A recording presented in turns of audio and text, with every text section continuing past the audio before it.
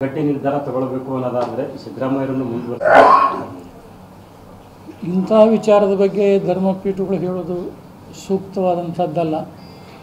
ಆಯಾ ಪಕ್ಷದ ನಿರ್ಧಾರಗಳು ತಮ್ಮ ಪಕ್ಷ ಗಟ್ಟಿಯಾಗಿರಬೇಕು, ಒಳ್ಳೆಯ ಆಡಳಿತ ಕೊಡಬೇಕು ಅನ್ನೋದಾದರೆ ಅವರು ವಿಮರ್ಶೆ ಮಾಡಿ ಯೋಗ್ಯರು ಇದ್ದರೆ ಅವ್ರನ್ನೇ ಮುಂದುವರಿಸಲಿ, ಇಲ್ಲದೇ ಇದ್ದರೆ ಮತ್ತು ಯಾರನ್ನಾದರೂ ಅದಕ್ಕೆ ಸೂಕ್ತ ವ್ಯಕ್ತಿಗಳನ್ನು ಆಯ್ಕೆ ಮಾಡಿ ಕೊಟ್ಟು ಆಡಳಿತ ನಡೆಸಿದರೆ ಆ ಪಕ್ಷಕ್ಕೇ ಒಂದು ಶ್ರೇಯಸ್ಸು ಬರಲಿಕ್ಕೆ ಸಾಧ್ಯ ಇದೆ.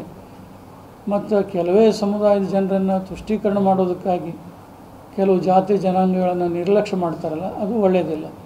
ಅದನ್ನು ಸಮಾನವಾಗಿ ಕಂಡು ಎಲ್ಲರಿಗೂ ಸಮಾನ ಅಭಿವೃದ್ಧಿ ಕಾರ್ಯಗಳಿಗೆ ಅವಕಾಶ ಮಾಡಿಕೊಡ್ಬೇಕು ಅನ್ನೋದೇ ನಮ್ಮ ಮೂಲ ಗುರಿ. ಬದಲಾವಣೆ ಮಾಡಬೇಕು ಅನ್ನೋದಾದರೆ ವೀರಶೈವರನ್ನು ಪರಿಗಣಿಸಬೇಕು ಅಂತ ನಾವು ಒಂದು ಆದ್ಯತೆ ಕೊಡಲಿ. ಯಾಕಂದರೆ ಬಹುಸಂಖ್ಯಾತ ವೀರಶೈವರು ಕಳೆದ ಚುನಾವಣೆಯಲ್ಲಿ ಹೆಚ್ಚಿನ ಸಂಖ್ಯೆಯಲ್ಲಿ ಕಾಂಗ್ರೆಸ್ಸನ್ನು ಬೆಂಬಲಿಸಿದ್ದಾರೆ, ಅದು ಎಲ್ಲರಿಗೂ ಗೊತ್ತಿದೆ. ಸ್ವತಃ ಡಿ.ಕೆ. ಶಿವಕುಮಾರ್ ಅವರು ನಮ್ಮ ಒಂದು ದಸರಾ ಮಹೋತ್ಸವ ಸಂದರ್ಭದಲ್ಲಿ ಬಂದು ವೀರಶೈವ ಲಿಂಗಾಯತ ಹೊಡೆದಂಥ ಸಂದರ್ಭದಲ್ಲಿ ನಾವು ಮಾಡಿದ್ದು ತಪ್ಪಾಯಿತು, ಕ್ಷಮಾ ಮಾಡಿರಿ, ನಮಗೆ ಆಶೀರ್ವಾದ ಮಾಡಿ ಅಂತ ಕೇಳಿದರು.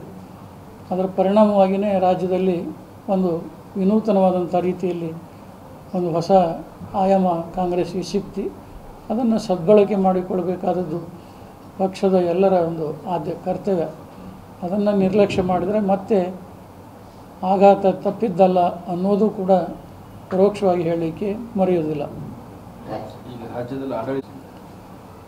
ಆಡಳಿತ ನಡೀತಾ ಇದೋ ಇಲ್ಲವೋ ಅನ್ನುವಂಥದ್ದು ಜನಸಾಮಾನ್ಯರಿಗೆ ಗೊತ್ತಾಗದೇ ಇದ್ದರೂ ಕೂಡ ಚಿಂತಕರಿಗೆ ಈ ವಿಚಾರ ಗೊತ್ತಾಗ್ತಾ ಇದೆ.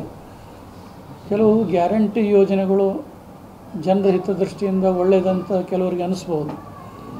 ಆದರೆ ರಾಜ್ಯದ ಬಹು ಸಂಪನ್ಮೂಲ ಏನಿದೆ, ಇಂಥ ಯೋಜನೆಗಳಿಗೆ ಹೆಚ್ಚು ಬಳಕೆ ಆಗೋದರಿಂದ ರಚನಾತ್ಮಕ ಕಾರ್ಯಗಳಿಗೆ, ಗುಣಾತ್ಮಕವಾದಂಥ ಕಾರ್ಯಗಳಿಗೆ ಆಯಾ ಕ್ಷೇತ್ರದ ಶಾಸಕರಿಗೆ ಹೆಚ್ಚಿನ ಒಂದು ಅನುದಾನ ಕೊಡಲಿಕ್ಕೆ ಸಾಧ್ಯ ಆಗ್ತಾಯಿಲ್ಲ ಅನ್ನುವಂಥದ್ದು ನಾವು ಹೇಳೋದಲ್ಲ.